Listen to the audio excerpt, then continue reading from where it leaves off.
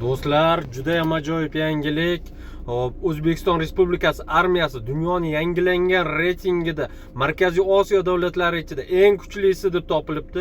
Dunyo bo'yicha esa 53-o'rinda ekan. Qo'shni Qozog'iston davlati armiyasi esa 58-o'rinni egallab turibdi ekan.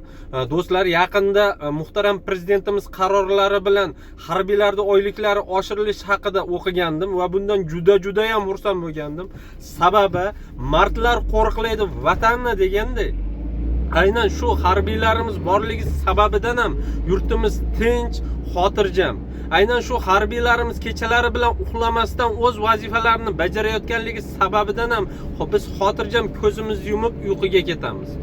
Tinchlikda qadrinimi hozirgi kunda o'zini hududida urush olib borayotgan davlatlarga qarab ham bilib olsak bo'ladi. Do'stlar, bu videoni harbiy do'stlaringizga ulashib qo'ying va kanalimga obuna bo'ling. Dunyoda va O'zbekistonda bo'layotgan eng so'nggi voqealarni men bilan birga kuzatib boring.